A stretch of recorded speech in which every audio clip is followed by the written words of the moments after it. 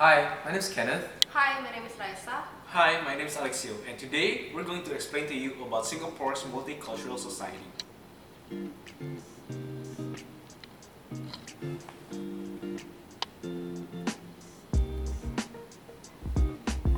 So, what exactly is our aim? Our aim is to raise awareness on how to properly shape a multicultural society that lives in harmony and with minimized conflict, especially to other multicultural countries.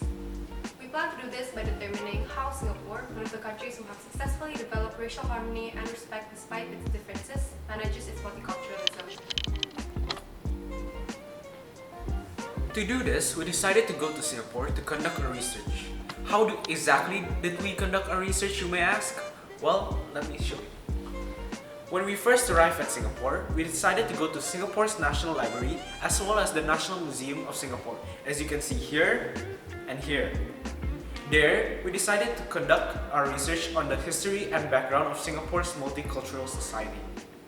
We looked through the research papers that people have made, as well as books of compilations of the history of Singapore. We also went through the things that are provided in the museum to aid us in our research. Next, we went to Bugis, Chinatown, and Little India. There, we gave out questionnaires as well as interviewed some people. The questionnaires contain questions like, how exactly do you view other people's cultures as well as your impression on them? We also asked their opinions on how Singapore kept their multiculturalism. We also asked them on how the government kept the multiculturalism community going.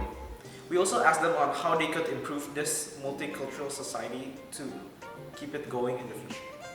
Here is an example of the Google Forms.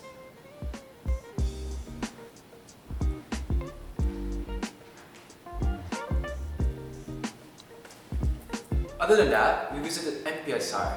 There, we interviewed the students and teachers from the Global Perspective Department and asked them to fill out our Google form.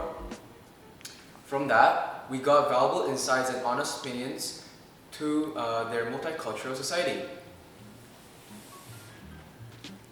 Want to know more? Let's go!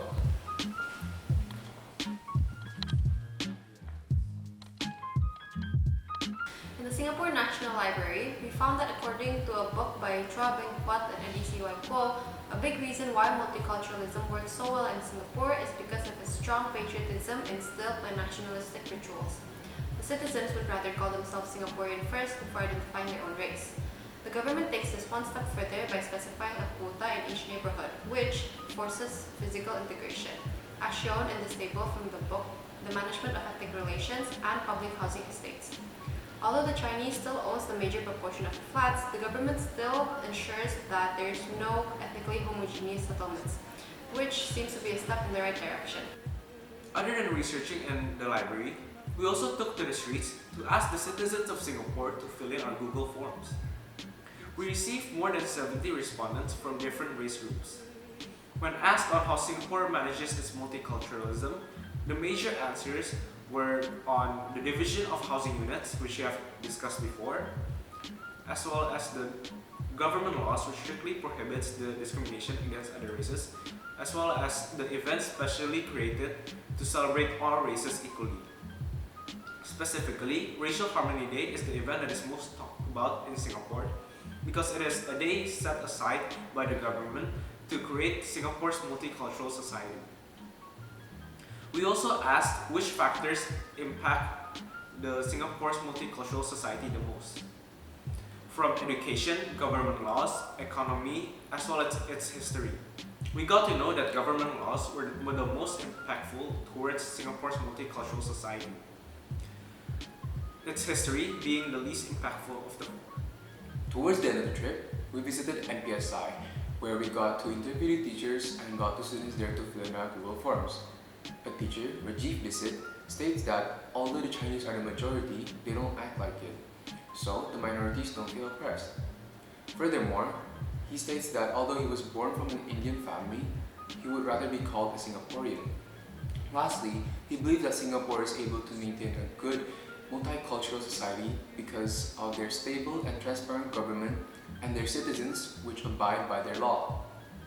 Another teacher, who chooses to stay anonymous, states that there are many other countries which are rich in cultures that create strict laws.